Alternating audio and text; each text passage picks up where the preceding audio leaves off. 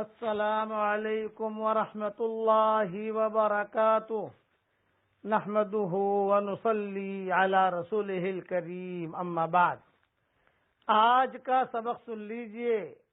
آج کے سبق کی سرخی ہے حضرت محمد صلی اللہ علیہ وسلم کی سیرت، پارٹ نمبر 28۔ جب حضور صلی اللہ علیہ وسلم کی عمر 22 سال 23 سال کی ہوئی، خرچے بھی گھر کے بڑھ گئے، تو ابو طالب نے کہا کہ بھی کوئی دھندے کا فکر کرو، میں کیا کروں؟ کیونکہ خدیجہ جو ہے یہ مال دیتی ہے، اس کا مال لو اور مال لے کر جاؤ، تجارت کرو۔ شام لوگ جاتے ہیں تو آپ بھی شام جاؤ۔ تو دو روایتیں ملتی ہیں، وہ دونوں روایتیں الگ الگ طریقے سے میں عرض کرتا ہوں۔ ایک یہ کہ حضور صلی اللہ علیہ وسلم نے جب یہ سنا تو اپنا فقیری کا پیالہ لے کر خدیجہ کے وہاں پہنچ گئے۔ وہاں لائن لگتی تھی، انٹرویو ہوتا تھا، جیسے ویزے کے لیے لائن لگتی ہے، انٹرویو ہوتا ہے، تو لائن میں کھڑے ہو گئے۔ لیکن حضرت خدیجہ ابھی اسلام تو آیا نہیں تھا، انہوں نے دیکھا کہ لائن میں کوئی لڑکا کھڑا ہے، بلا کر قریب بٹھایا اور پوچھا بھی کون ہو؟ تو بتایا آپ نے کہ میں اس طریقے سے ابو طالب کے یہاں رہتا ہوں۔ تو خدیجہ کی ایک سہیلی تھی، اس کا نام تھا نفیسہ۔ تو نفیسہ کو خدیجہ نے اشارہ کیا انگلی سے، خدیجہ نے کہ بھی اس کی تحقیق کرو، یہ لڑکا کون ہے، کیا ہے۔ عورتوں کی عادت ہوتی ہے، ایسی کوئی بات کی تحقیق کرنی ہو تو وہ اس کی ماہرہ ہوتی ہیں، آدھے گھنٹے میں واٹس ایپ سے اس کا رپورٹ نکال دیتی ہیں کہ یہ لڑکی کیسی ہے، یہ لڑکا کیسا ہے۔ تو چنانچہ وہ فوراً مکہ میں گھوم پھر کر یہ نفیسہ جو تھی، یہ پرائیویٹ سیکرٹری تھی حضرت خدیجہ رضی اللہ تعالی عنہ کی، وہ جا کر جو ہے تحقیق کر کے آئی اور کہا کہ یہ بہت شریف لڑکا ہے۔ دوسری روایت یہ ہے کہ خود حضرت خدیجہ نے اپنا مال پیش کیا اور حضور صلی اللہ علیہ وسلم کو بلایا اور بلا کر کہا کہ محمد سب لوگ تجارت کے لیے جاتے ہیں، میرا مال لے جاتے ہیں اور میں سب کو مال دیتی ہوں۔ جتنے قریش والے تجارت کے لیے مال لے کر جاتے تھے تو حضرت خدیجہ کا مال سب سے زیادہ ہوتا تھا۔ اگر سارے قریش والوں کا مال $1,00,000 ہے، مثال دے رہا ہوں، تو صرف حضرت خدیجہ کا مال $2,00,000 ہوتا تھا، زیادہ ہوتا تھا۔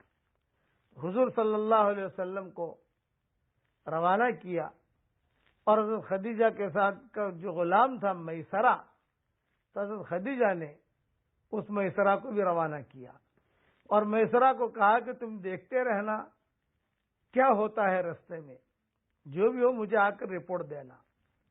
آپ صلی اللہ علیہ وسلم 22-23 سال کی عمر میں آپ نے پھر شام کا سفر کیا بغرض تجارت۔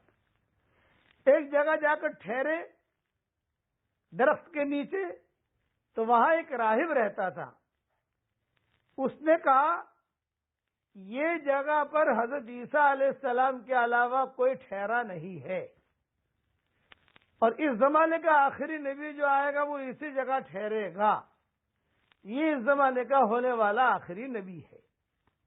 یہ اس نے کہا کہ اس درخت کے نیچے صرف حضرت عیسیٰ علیہ السلام ٹھہرے تھے اور اب یہ ٹھہرے ہیں۔ پھر حضور صلی اللہ علیہ وسلم کی آنکھیں دیکھی تو آپ صلی اللہ علیہ وسلم کی آنکھوں میں ایک خاص قسم کے آنسو تیرتے تھے اور خاص قسم کی ایک لکیر تھی۔ تو راہب نے پوچھا میسرہ سے کہ یہ جو لکیر ہے ان کے آنکھوں میں، یہ کبھی ان سے جدا نہیں ہوتی؟ تو میسرہ نے کہا کہ نہیں، یہ ان کے آنکھوں میں ہی رہتی ہے۔ تو میسرہ نے کہا کہ ٹھیک، وہ راہب نے کہا کہ ٹھیک ہے، یہ بھی ہماری کتابوں میں لکھا ہے۔ اور راہب نے بہت اکرام کیا حضور صلی اللہ علیہ وسلم کا، اور عربی میں کہتا گیا ہاذا ہوا ذا، ہاذا ہوا ذا، یہی ہے، ارے سنو بھائی، یہی ہے جس کا ہم انتظار کر رہے تھے، یہی ہے۔ اس لیے کہ وہ راہب اس درخت کے نیچے ہی ٹھہرتا تھا اس انتظار میں کہ کون آتا ہے یہاں. حضور صلی اللہ علیہ وسلم نے جا کر پڑاؤ ڈالا. پھر جہاں پر بھی حضور جاتے تھے تو پتھر، اشجار، احجار، درخت یہ سلام کرتے تھے. یہ منظر بھی اس وقت کے احبار رہبان دیکھتے تھے، اس سے بھی اثر لیتے تھے. اب حضور صلی اللہ علیہ وسلم گویا کہ شام کی سرزمین پر پہنچے ہیں 22-23 سال کی عمر میں. بقیہ تفصیل انشاءاللہ کل پوری کروں گا. پڑھ لیجئے میرے ساتھ. جزا اللہ عنا سیدنا محمد صلی اللہ علیہ وسلم ما ہوا اہلہ. اے اللہ، حضرت محمد صلی اللہ علیہ وسلم کے دین کو ساری دنیا میں عام فرما دیجئے اور ہمیں تیرا دین پھیلانے کے لیے قبول فرما لیجئے. اے اللہ، جو کام کرنے سے آپ راضی ہوتے ہو وہ کام کرنے کی توفیق دے، جو کام کرنے سے آپ ناراض ہوتے ہو اس سے ہمیں بچنے کی توفیق دے. آمین آمین. وآخر دعوانا ان الحمدللہ رب العالمین.